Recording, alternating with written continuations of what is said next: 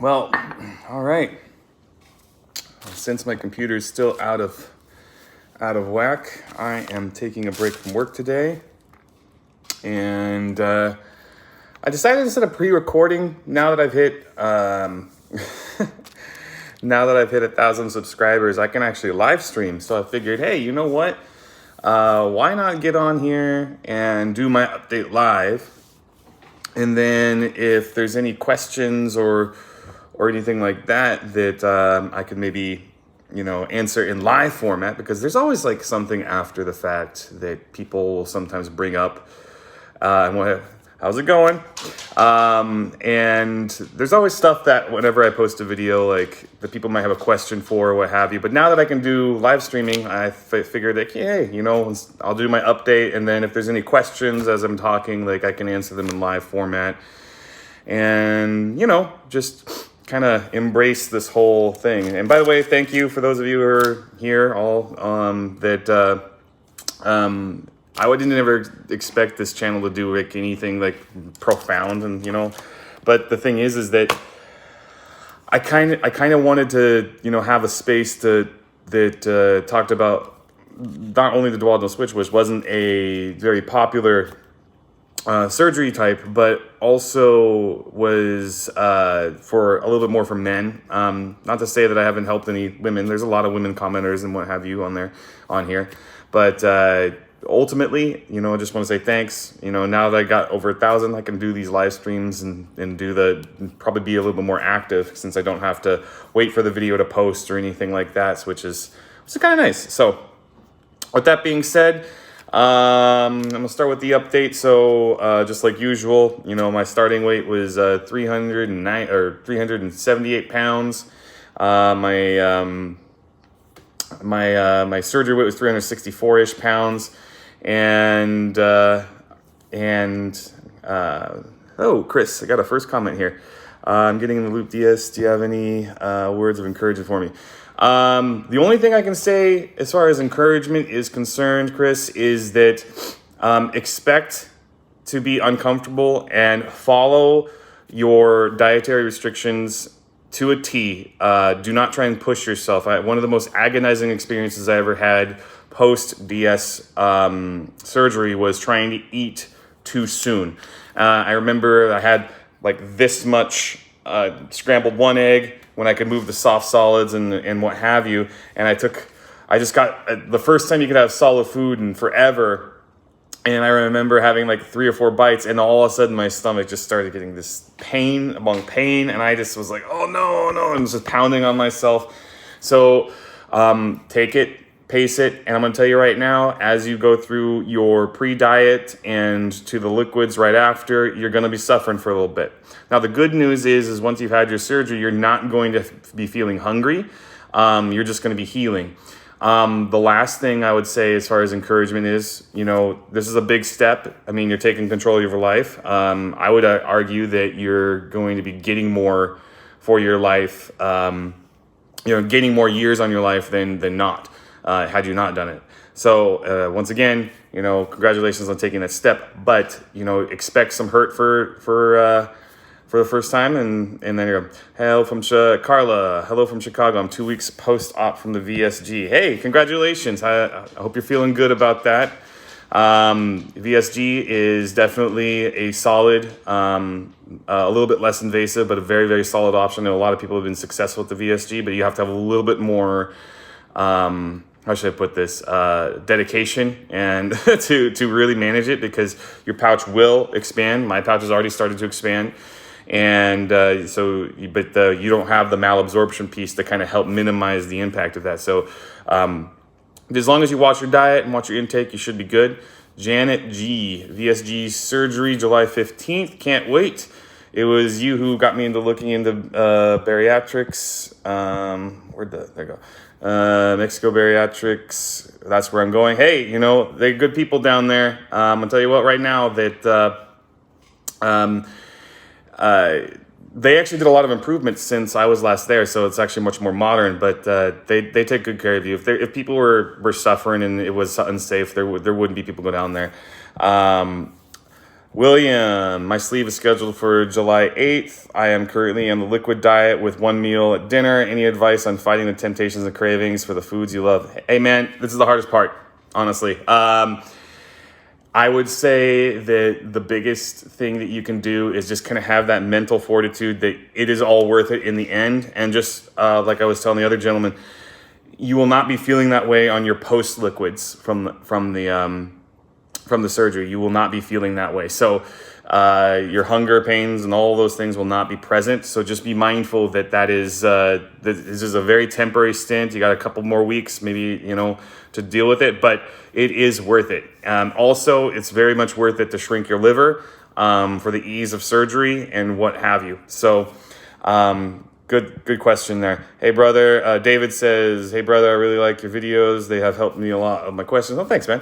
I've had my question, I had before I had gastritis last year. I weighed 360 pounds. Now I weigh 201 pounds. Dang, man, that's good. That's a good one. Like, it's over 150. That's awesome. Chris, appreciate your words. I'll watch myself and I'll be strict. I've already lost 22 pounds. Yeah, the liquid diet will... Some people will stop getting their surgery because they're so successful in the pre-diet phase. And I always am like, if you're going to go that far, just do it. Get it done with. Like, it's really important. I'm having a hard time, Carla, consuming all my liquids. I've also done it through Mexico Barrier, and your channel was what made me go through them. Hey, thank you, Carla. And they're good people. Like I said, I still have a loose relationship with them, with my referral piece there. I don't get any kickback, This channel is not monetized. So, I don't do this because I'm trying to... By the way, this is coffee. Yes, you can drink coffee. That's a common question. You can drink... I'm over 2 years out, so I've reincorporated some carbonated drinks, but you got to drink it very, very slowly if you're going to do anything carbonated. But anyways, going back to what I was originally saying, my current update, I'm still around 2... I fluctuate, I'm not going to lie. I got, my shirts are still the same large size. I haven't really changed much. Size 34, 36, jeans and pants. Just depending on the brand. So, probably a 225 down to 218 to 230, up in that range, Yes, coffee is something that you can reincorporate into your diet. However, I would say be very, very, very, very strict with what your doctors say for the early parts after, because your body is healing itself. And then one other thing I would like to also say is, okay, stop weighing yourself so close after your surgery date. You're not going to have happy times when you look at the scale, because it's not going to fluctuate much. You're puffy. You just had surgery. You're retaining water. You're swollen. All of these things are happening. I would say the time where you can start to actually weigh yourself as a good starting piece would be 2 weeks after. Starting at a 2 weeks after point, and you already knew what your weight was beforehand, and you're going to be dropping because you're still on that liquid diet. So it's not like you're not losing weight, but some people get discouraged, like, oh, it's been like an hour and 10 minutes after my surgery. Why haven't I lost 10 pounds yet? Dude, chica, whatever, calm down. It will happen. It will happen. You don't need to be losing and plus that's not healthy anyways. You shouldn't be losing that much in a day, but you will be your first month or 3. If you go back to my early videos, you will see it's quite transformative. So a couple other updates. I'm coming at you from, this is my girlfriend's place. We are consolidating our stuff a little bit and seeing how that's going to work. I haven't gotten rid of my place yet, but I'm staying here for a little bit to see how our vibe goes. And with that being said, we'll see how that works. But what I will say is that some questions. Yes, indeed, Carla. Slow and steady wins the race.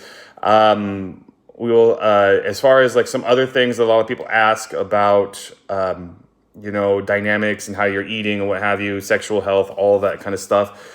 I've had to reincorporate more carbs into my, forcing myself to eat a few more carbs here and there, just because it's helped with, she likes to go running and dog walking and things like that, and my energy level wasn't really keeping up with that. And so by adding a few extra carbs in there that I know I'm going to be burning with energy, has helped me kind of maintain that, to be able to keep up with her and what have you. It's also not to be too specific or too invasive on our things, but it's also helped, our behind the curtain life, if you want to say it that way. But the idea here is that that's not something a lot of people talk about, is trying to actually have a few extra carbs if you're going to use them. And so, but I really caution that you go too heavy at first, because you can make yourself sick. Like I have definitely gotten myself into some issues where, like, I'll be eating some kind of bread and I will just feel nauseous like halfway through it. Like I had to try. Early on, I remember there was no places to eat. I was traveling, and I just went in and got like a slice of pizza somewhere. And halfway through that slice, I just felt like garbage, because it was just a flour piece of pizza. And so be mindful of how your body is. And I just also want to say this disclaimer. I don't think I've ever said this in any of my videos before, is that just because something worked for me, just because I could drink starting at like week 8, doesn't mean that it's necessarily healthy for you to do so. I think it's important that you test things out and see how things operate, but do it in a wise and safe manner. Don't try and rush things through, okay? It's extremely important that you don't put a lot of pressure, particularly during that early stages, right after your surgery, to kind of put a lot of pressure on your pouch, put a lot of pressure on your intestinal tract if you're going that direction. So if you start feeling any pain, if you start feeling really, really low energy, headaches, all of those kind of things, immediately seek your doctor out. But for the vast majority, for the most people I've talked to, like it's just a regulatory thing. Like this surgery is a tool rather than a cure-all. So you still have to watch yourself. Even me, like now that I can eat more, I'm like, should I finish this? I don't need to, because you start to get some of those hunger pains back. I am almost 2 months. ASMR or Sammy, yes. I'm almost 2 months from the sleeve surgery. Have you completely stayed away from sugar? Yes and no. I mean, it's hard to date anybody and not have some sugar here and there. I don't mean that facetiously. I do mean that actually, like the sugar. Like, for example, we went to have breakfast out the other day, and she wanted to get a pie, and she wants to give me a piece of pie or like a taste of the pie. And, a little sugar here and there, a little frosting here and there. But by and large, most of the stuff is either sugar substitute with more like stevia, monk fruit kind of thing, or sugar-free completely. Like even if I decide to have a soda, it's got to be like a sugar-free soda. I did have sugar sodas when I was in Mexico, because that was like the only thing that was there. But I mean, like those are few and far between. Mind you, you can't really get away from sugar in a lot of things, because a lot of things are laced with sugar, like even beers and wines and things like that. So just be mindful that you will always be taking in sugar in some capacity. But if you're a sweets type person, yeah, I'm going to tell you right now that it's probably going to be a problem going forward if you're a sweets person. But the longer you maintain yourself, the more you can eventually have, or the more you can reincorporate. But you're never going. I would be lying to you if I said that you could have sweets just like you would pre-surgery, because that will not happen. Like, I mean, you can't really have anything the same. Like fries, I used to down McDonald's fries and things like that. Really, like those are delicious to me. Can't really do it. Like to this day, I've never been able to finish a full pack of fries. Can't do it. Just doesn't sit well. And call it what you want, but that's the sacrifice you make. You can taste a fry here and there, but that's about it. Sweet cravings. Yeah, you're gonna have some cravings. Your body's gonna play some tricks on you. I mean, it's hard to turn off the way your body has been operating, and things that you're like the chemicals of your body have been so used to, for the last X amount of years that you've been overweight, right? I'm assuming that everybody in here is a chub master like I was, and kind of are still. So,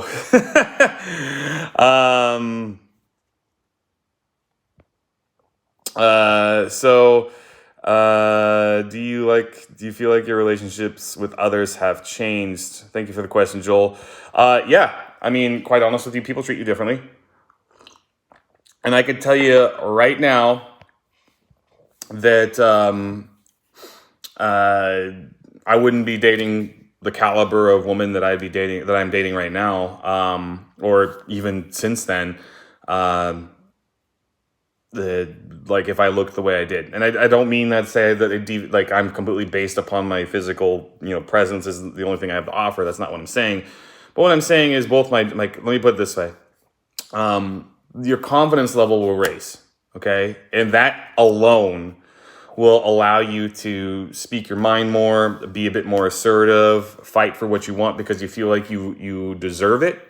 And that, at least from the men's side of things, women tend, if you're a heterosexual man, tend to like confident men.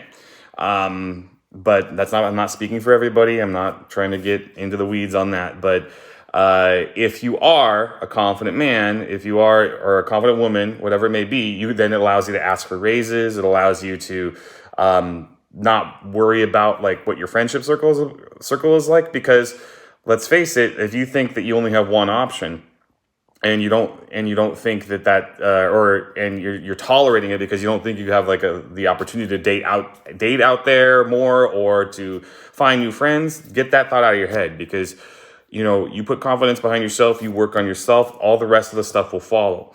And I can tell you right now, like just for me, my income grew by $20,000 since I had my surgery. The surgery paid for itself plus some because of my confidence boost. Not to mention the amount of dating opportunities that I had that I never would have had previously. So it was a game-changing, life-changing experience for me that was for the better. So there you go. And Magna Carta, I don't want to say I'm sorry for your buddy. Thoughts out to you, but I won't be saying that just because I don't want my YouTube channel to be. They listen in on our conversations. So if I say some bad words, they give me the bad juju. So it was hard enough talking about sexual health without getting flagged for anything. So, all right. With that being said, just a few closing things here before I close this live stream up. I just want to say thanks once again. Please make sure that if you have not subscribed to my channel, go ahead and please do that. Not that we necessarily need any more subscribers because I don't know what I'm going to be doing with this channel besides just periodic updates and some Q&As like this, but it's still fun. I mean, like it shows, I like it, it's fun. And then if you do have any questions, feel free to post them in the chat below, and during the next live stream, I will make sure to answer that. That way, even if you can't catch the live stream, I'll be posting the video and you'll be able to see it. All right, everybody, just a little quick chat, and I hope to see you all next time. Talk to you later. Bye-bye.